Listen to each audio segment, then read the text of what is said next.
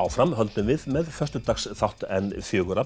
Við ætlum næst að tala krabbamein. Það herferð núna í gangi sem heitir Krabbamein kemur okkur öllum við.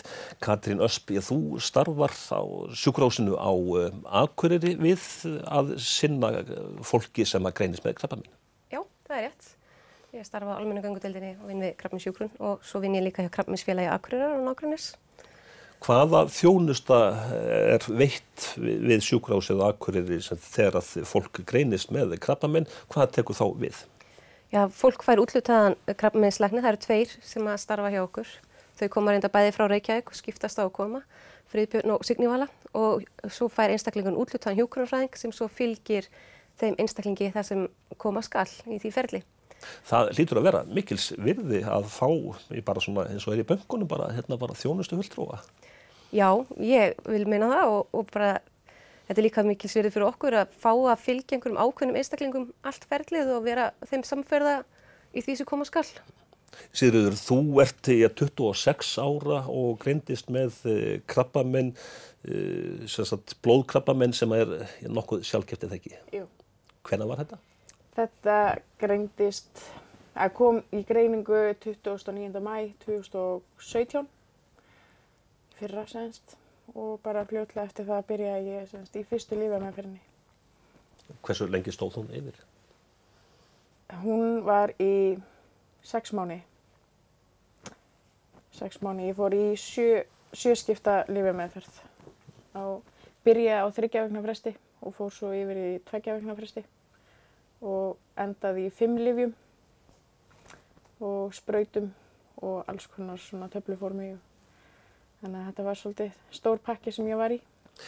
Þessar lyfjameðferðir, þær eru sjálfsagt mismunandi eftir því hvar krabbameinið greinist eða hvað? Jú, það til alveg gríðarlegt magna af krabbameinslyfjum og meðferðirnar eru mismunandi og þær fara mjög mismunandi í fólk. Það getur líka verið þannig að þú sért að fá sömu krabbameinslyf og einhver annar einstaklingur en það sé ekki gefið alveg nákvæmlega sama hátt og það fer virkilega vel í hinn einstaklingin en fer mjög illa í þig. Það getur verið alveg svart og hvítt hvernig sama lyfið fer í einstaklingana. Sko. En að greinast með krabbamein alltaf áfall? Jú, að sjálfsögðu. Þannig fólk að fá staðfestingu á því að það sé með lífsógnandi sjúkdóm og það hefur alltaf fylgt okkur að vera hrædd við orðið krabbamein. Þannig að jú, þetta mikið áfall og áfallið eitt og sér, það mun alveg hafa sínar afleiðingar líka fyrir fólk. Sérðu fyrir þig, þetta hefur verið áfall? Já, svona fyrst til að byrja með þá var þetta alveg erfitt að kyngja þessu sko. En svo einhvern veginn bara sætti maður sig við það og þá var þetta auðveldara.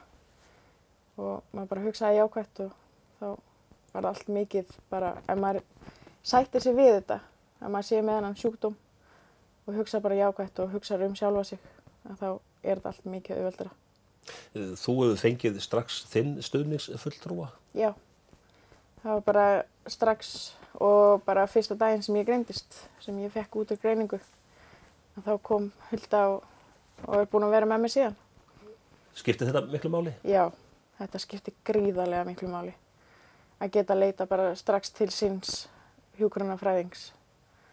Og þá veit hún allt ferlið og veit á hvaða lyfjum ég hef verið á og hvernig ég hef tekið þeim og allt svona. Að ég þurfi ekki að segja alla söguna upp á nýtt við hvern og einn sko. En þetta átak núna sem að stendur yfir krabbameini kemur öllum við. Já. Hvernig eru þínir hægir, áttu stóra fjölskyldu og gott bakland? Já, ég á mann og 2 börn og 5 systkini og mömmu og pappa og fullt af fjölskyldumeðlimur þar fyrir utan. En stuðningsnetið alveg bara, það þarf að vera mjög þétt en kannski samt ekki alveg upp við mann samt sko. Maður þarf alveg að fá að anda en það skiptir öllu máli. Þannig að það gott fyrir þig að vita af baklandinu? Já, að maður getur alltaf, ef eitthvað gerist, að maður hefur alltaf fólk í kringu sig til þess að hjálpa til eða bara vera til staðar þess vegna. En börnin? Þau eru náttúrulega rosalega mikill aldursmun á þeim. Annað 7 ára og ég hitti bara 16 mánaða. En þessi 7 ára, hann alveg farin að sýna breytingar, hræðslubreytingar og annað svona. En maður svo sem reynir að geta, tala við hann þetta og útskýra þessu fyrir honum. En svona alltaf bara orðið krabbamein svolítið svona skeri fyrir hann, sko.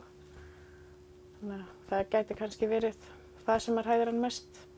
En þér sjálfri, hvernig gekk þér að tala þetta í upphafi? Það var erfitt fyrst, en svo bara þegar ég kyngdi þessu að ég væri með krabbamein, þá var þetta mikið auðveldara. Og mikið auðveldara þegar þú vilt tala þetta og vera opin við fólk þetta, þá verður þetta bara allt mikið auðveldara. Og þegar þú ert ekki að fela þetta fyrir neinum. Þannig að það munar öllu. Katrín, að lifa með krabbameini, öll þessi þjónusta, ég ímynda mér að þetta hjálpi sjúklingum verulega. Já, ég tel það og bara alveg fullviss það. Ég veit alveg samanburði af því hvernig svona fólki líður í Reykjavík þar sem það hefur ekki sinn fasta hjúkrunarfræðing, eins og þetta alveg einsdæmi hvernig þjónustan á sjúkrahúsinu hér flesti staðir hafa sína kosti og galla, það bara þannig. En þetta alveg klárlega kostur að við erum þannig að við getum boðið upp á það að fylgja okkar skjólstæðingum í öllu ferlinu. Og það verður úr þessu oft mikil vinatengsl og okkur þykir vænt skjólstæðingan okkar og þeim vonandi okkur. Þannig að ekkert vonandi, við vitum það. Við erum alveg dekraðar endalaust á súkkulaði og gjöfum til okkar.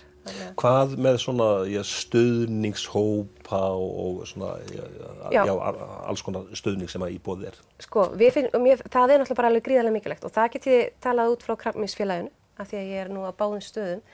Það ekkert langt síðan ég er bara búin að vera í Krabbameinsfélaginu núna í 1,5 ár og við erum alveg að gera virkilega marga og flotta hluti þar. Við erum með mikið hópastarf í gangi, við erum núna nýlega orðnar 4 sem erum að vinna, þannig að við getum alltaf bætt við fleirum og fleirum hópum. Við erum meðal annars með hópastarf fyrir fólk sem hefur mist maka úr krabbameini, við erum með hóp sem heitir Aftur út í lífið og það fyrir fólk sem er búið að ljúka krabbameinsmeðferð. Þetta alveg svona hugræn atferlismeðferð, núvitund og slökun sem við vinnum þar með. Þetta bara svona eitthvað sem nefnt og svo erum við fasta hópa á 50 dögum og laugardögum. Karlarnir eru hjá okkur á laugardögum og konur á 50 dögum í svona opnu húsi. Og við erum að fara af stað með fyrir börn og ungmenni sem aðstandendur og svo ætlum við að fara af stað með fyrir unga fólkið. Það hefur ekki verið neitt hópastarf lengi hérna fyrir norðan fyrir unga fólkið og Sigga ætlar að vera okkur innan handar í því. Já. Og ásamt við það eru 2 aðrar konur á hliðarlínunni sem ætla að vera okkur sem hafa einnig greinst með krabbamein sem ætla að vera okkur innan handa líka.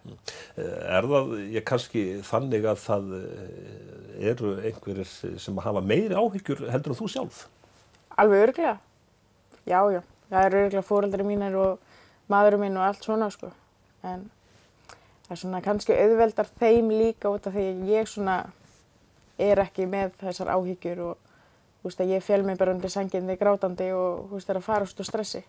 Það hefur alveg komið fyrir en ég reyni að komast hjá því að fá þessa stresshnúta og allt svona fyrir rannsóknir og svoleiðis, sko. Ég bý mig frekar undir það heldur en að fá svo skellin aftur. Er fólk að koma sjálfsdáðum til þínir vinir og kunningjar? Það var svona fyrst, já.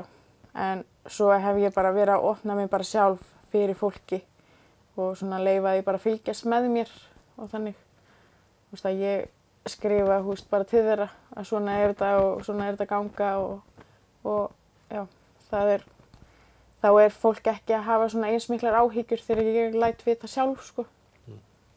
Og ég alveg minnt á það ef ég ekki búin að gera það einhvern tíma, sko. Þá fer ég að fá skilaboð og alls konar frá fólki. En þú ert að fara aftur í lyfjameðferð, eða ekki? Jú. Ég lauk seinustu lyfjameðferð í lok september í fyrra. Og fór svo út til Danmerkur í jáendaskanna og þar kom allt hreint út þar. En svo bara viku seinna fór ég að fá aftur einkennin. Og ég var send aftur þá út í jáendaskannan og það kom í ljós að þetta hefur blossað upp aftur. En ekki jafn mikið eins og þetta var í fyrra skipti. En núna ég að fara að byrja á nýju lyfi sem alveg glænýtt hérna á Íslandi. Þannig að það stressandi og spennandi en samt, sko, getur alveg tekið á vegna sem maður hefur ekki frá neinum öðrum reynslu hvernig þetta líf er. En þetta á samt að vera ekki jafn heilsuspillandi eins og hin lífin sem ég var á. Þannig að þú ég gengur inn í þetta verkefni með bjartsýni, heyrðist mér á þér. Já, það verður að vera svoleiðis. Því að ef þú ert ekki með þess jákvæðni og bara bjartsýn á því að vilja læknast, að þá gengur þið bara verr í þessu. Það er bara alltaf að hugsa jákvætt og að þetta fari allt vel og að þú viljir að þetta fari vel. En hvernig vilt þú að fólk ræði krabbameinið við þig? Bara spyrja því sem þið vilt fá að vita. Ég er ekki feimin við eitt eða neitt. Ég svara öllu sem þið spurt mig að. Það er alveg sama hvaða spurning það er. Þetta átak núna sem að stendur yfir, hvað verður næst á dagskráni? Já, þetta er átak á vegum Krafts sem er fyrir sunnan. Kraftur er stuðningsfélag fyrir ungt fólk. Við erum samt öll krabbameinsfélögin saman í liði, þó svo ákveðin félög fara af stað með einhverja herferð. Kraftur er mjög duglegur að sinna okkar skjólstæðingum. Við höfum ekki verið með hópastarf fyrir ungt fólk og við beinum þeim alveg óspart til þeirra af því að þau eru með mjög flott starf fyrir unga fólki. Og þetta er fjáröflunarleið fyrir Kraft. Og partur af því eru þessi fínu armbönd sem þau gera. Þetta eru armbönd sem eru perluð í sjálfboðavinnu. Dóttir mín mitt gerði þetta handa mér.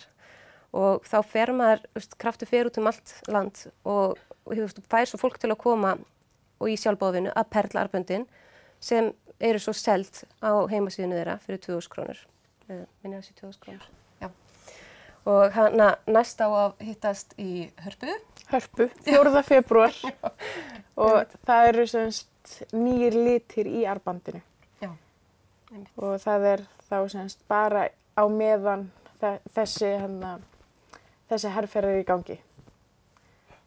En á Akureyri það er í raun og veru að gera að snúa sér til sjúkrahússins á Akureyri og Krabbameinsfélags Akureyrar til þess að fá nánari upplýsingar og stuðning og fræðslu. Það er bara alltaf hægt og það er alltaf hægt að senda mér bara tölvupóst katrin@krabb.is ef einhverja spurninga vakna og ég skal gera mitt besta til að svara þeim. Allavega að finna svörin og leiðbeina fólki. Við bara þökkum fyrir, Katrín, þakka ykkur fyrir og Sigríður fyrir að koma hingað og gangi þér vel. Takk fyrir. Takk fyrir okkur.